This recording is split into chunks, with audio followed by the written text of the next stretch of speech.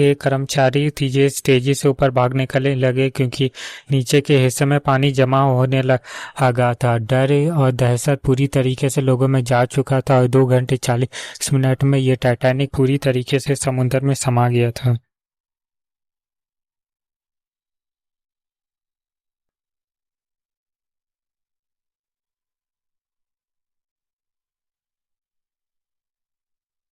पंद्रह सौ से ज़्यादा लोगों की मौत हो गई। आधिकारिक लोग कहते हैं कि ये एक दुर्घटना थी, लेकिन कुछ लोग इस बात को मानने से मना कर देते हैं। वो लोग कहते हैं कि ये एक सोची सीक्रेट सी बात थी और यहीं से टाइटैनिक के बारे में अफवाहें उड़ना चालू हो जाती हैं।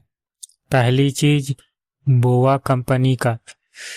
टाइटैनिक के पहले एक बोआ कंपनी थी जो कि डूब चुकी थी, लेकिन कंपनी को उसका इंश्योरेंस का पैसा नहीं मिला था और इसलिए कंपनी ने एक चाल चला। टाइटैनिक के बजाय बोआ कंपनी को उसकी